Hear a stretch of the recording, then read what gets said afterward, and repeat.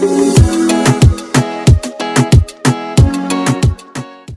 get a view of what's happening behind us, but again, police have been very strict, telling people to stay back. As far as the media, we're usually able to get closer. Right now, media are not allowed to get any closer than where we are, and of course, as we get any details, we'll bring them back to you.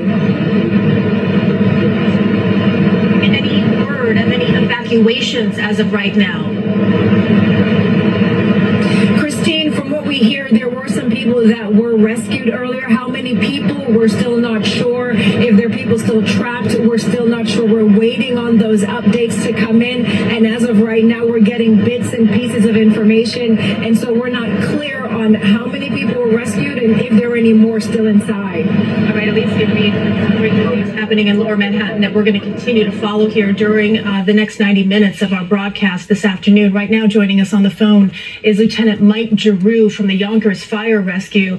Lieutenant, thank you for taking the time to join us here as we cover what's happening in Lower Manhattan at this collapsed parking garage. Take us inside, please. This is a very delicate rescue. We still do not know if there are people that remain inside that collapsed garage. How do you begin to tackle this challenge? Yeah, this is definitely a multifaceted incident that they have going on here. There's so many things that are happening, just the stabilization of the building, the victims, and, even just the utilities. Somebody's got to shut off all the utilities to try to make it safer for the firefighters to try to get in there. In addition to that, they have to really try to locate or find out how many victims were in there when it collapsed.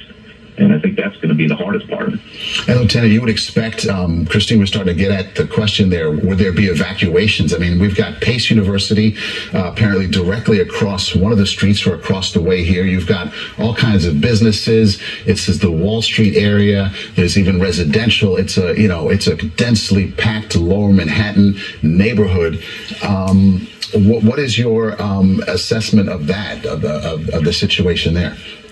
Yeah, I would definitely think that evacuations would be in place. It's an older building, concrete. We're told 1925, by the way. Yeah, so, this thing could definitely come down. From what I understand, it's already starting to show signs of bulging from the front. So, it may just be a matter of time before it comes down. So evacuations, I would say, would definitely be going on. We were told that members of the FDNY that arrived on scene were told to evacuate the building. It's just too dangerous. The stability obviously in question.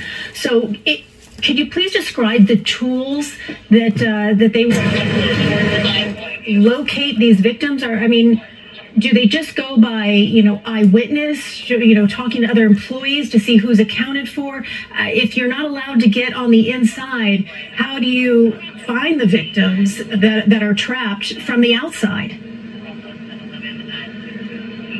Specialized tools to do that. There's a bunch of different things. There's a snake camera that you can deploy, which is on a pole that can be extended and actually give you a picture of the whole inside.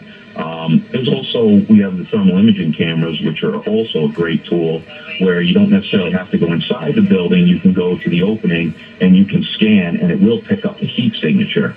And those are some of the tools that you would definitely use if, hey, listen, you can't get inside. But again, it all depends on how the collapse or what type of collapse they have with those floors on what they're going to be able to see. Because obviously those cameras, thermal imaging, can't see through concrete and things of that nature. So if you have, let's say, a lean-to collapse, they may not be able to see it in the position that they're located. So the tower ladder, you may have to go from the other side in order to use those to actually get a good visualization of, hey, what's happening inside here. And Lieutenant, we're learning that at least 3 people are in fact injured. It's unclear the level of injury, the status of their injuries or their conditions. As you can tell, the exterior of the structure is still standing. It was that interior collapse that sort of imploded, went inward, if you will. There are canines on the scene ready to help in any way possible. What does it tell you, if anything, that this collapsed inward and the exterior appears to still be standing, although, as we pointed out, is still buckling? Yeah, well, it could be a number of different types of collapses. It could be a V collapse. It could be a lean-to collapse. But it just tells me that, hey, whatever it was is still leaning on that wall because it does buckle a little bit. And on the inside, you can't really send anybody on the inside because it's an unsecured building. It's not stable. You know, and there you see the firefighters in the ladder and bucket right there away from the building, not even trying to get into it. No chance. Right. And what they're doing is they're trying to get a real good size up on, hey, what's happening?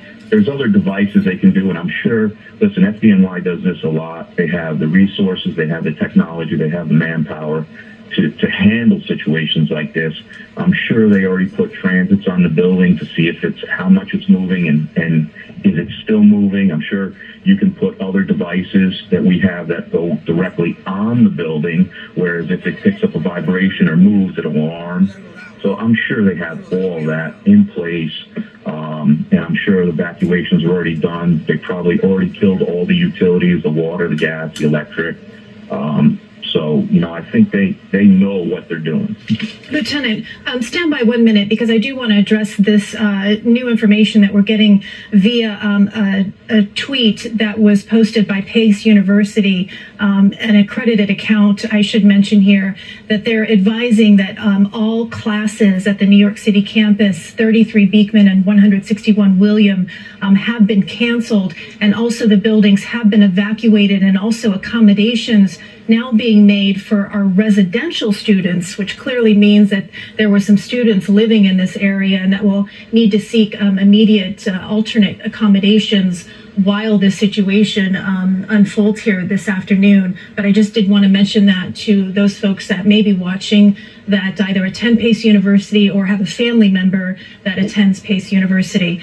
Getting back to the rescue and the operations that's taking place here, Lieutenant, how much of a concern are the adjoining buildings right now for those that are there? I mean, when one building does go down, does that immediately then affect the stability of the buildings that are connected to it?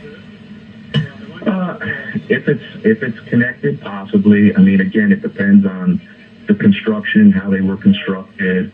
There's a lot of factors that play into that. You know that definitely everybody is evacuated in that area.